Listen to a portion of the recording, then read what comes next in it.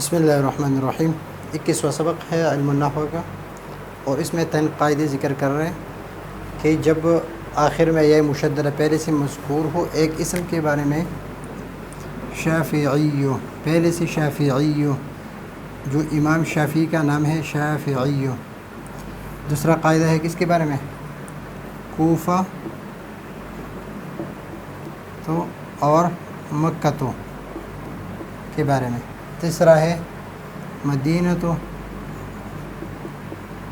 اور جوہینہ تو۔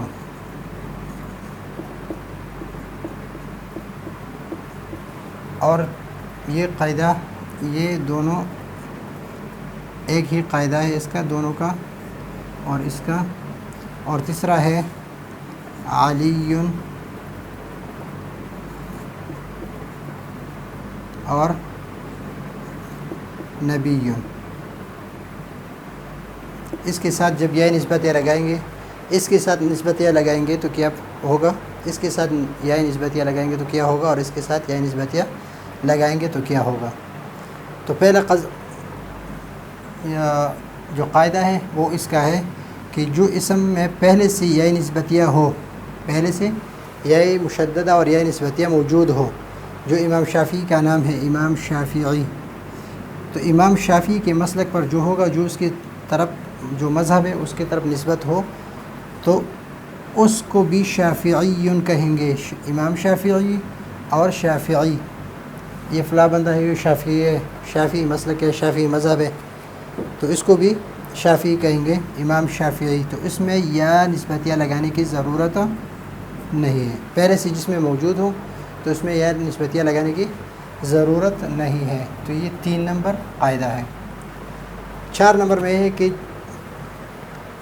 کہ جب کسی اسم میں تائے تانیث ہو، تائے تانیث ہو تو نسبت کے وقت یہ تائے تانیث گر جاتی ہے، جس طرح کوفہ سے کوفیون، کوفتی نہیں کہیں گے بلکہ کوفیون کہیں گے، اور مکہ تو سے مکیون، مکتیون نہیں کہیں گے، مکیون۔ اور اگر فعیلۃ کے وزن پر ہو، جیسے فعیلہ، فعیلۃ، مدینۃ، فعیلۃ، یا فعیلۃ کے وزن پر ہو، فعیلۃ،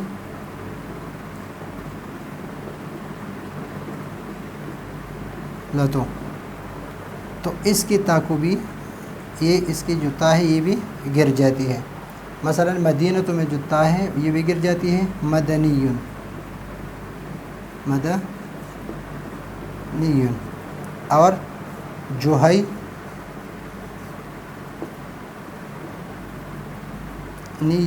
جوہینتیون نہیں، جوہینتیون نہیں کہیں گے بلکہ جوہینیون کہیں گے، اور مدینتیون نہیں کہیں گے بلکہ مدنیون کہیں گے۔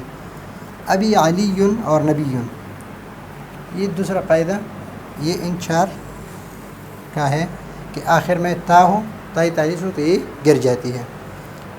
آخری قاعدہ جو ہے وہ یہ ہے کہ اعلیٰ وزن فاعل ہو، فاعل، فاعل، نبیون، نبیون، نبیون، فاعل، یا عالیون، عالیون، فاعل۔ اگر اس وزن پر ہو نبیون، فاعل، اور آخر میں وزن اس کا ہو لیکن آخر میں یا ہو، آخر میں یا مشدد ہو، اس کے آخر میں یا مشدد ہو، آخر میں یا مشدد، پہلا ساکن ہے دوسرا تو ان کے درمیان ادغام ہے، علیون اور نبیون، علیون، نبیون۔ اور تشدید میں بھی کیا ہوتا ہے؟ تشدید میں پہلے یا جو ہے ساکن ہے، علی،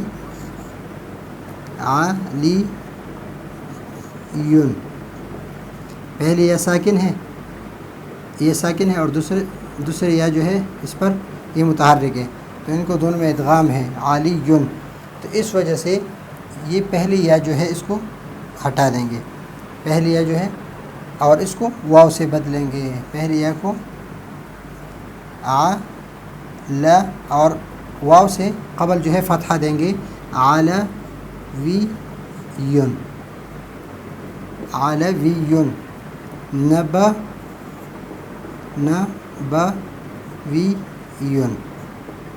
آخر میں مشدد لگائیں گے، واو کو یا کو واو سے بدل لیں گے، اور واو سے ما قبل جو ہے جو صحیح حرف ہے اس پر ہم فتحہ لگا دیں گے، تو علیون، علیون یہ ہے یا، اس کو واو سے بدل دیں گے، علویون،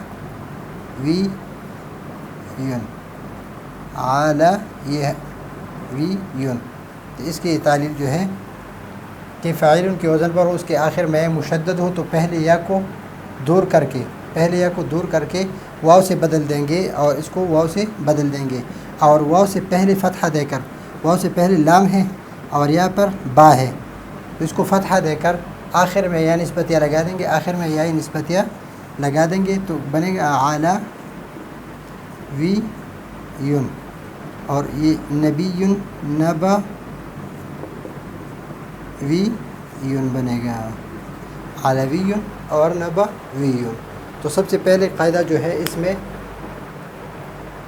میں جو یہ مشدد ہے تو دوسری یا لگانے کی ضرورت نہیں ہے، اس میں تائی تانیث ہے تو اس تائی تانیث جو ہے یہ گر جاتی ہے، اور اس اسم میں آخر میں یا مشددہ ہے تو یا مشددہ میں سے پہلے یا کو ہٹا دیں گے، دوسرے کو واو سے بدل دیں گے، واو سے ماقبل جو حرف ہے اس پر فتحہ دیں گے، اور آخر میں یا نسبتیہ لگائیں گے، تو اس سے علی سے علویون اور نبی سے نبویون بنے گا۔ تو یہ ہے آج کا ہمارا سبق، اگلے سبق کے لیے اجازت چاہتے ہیں، اللہ حافظ۔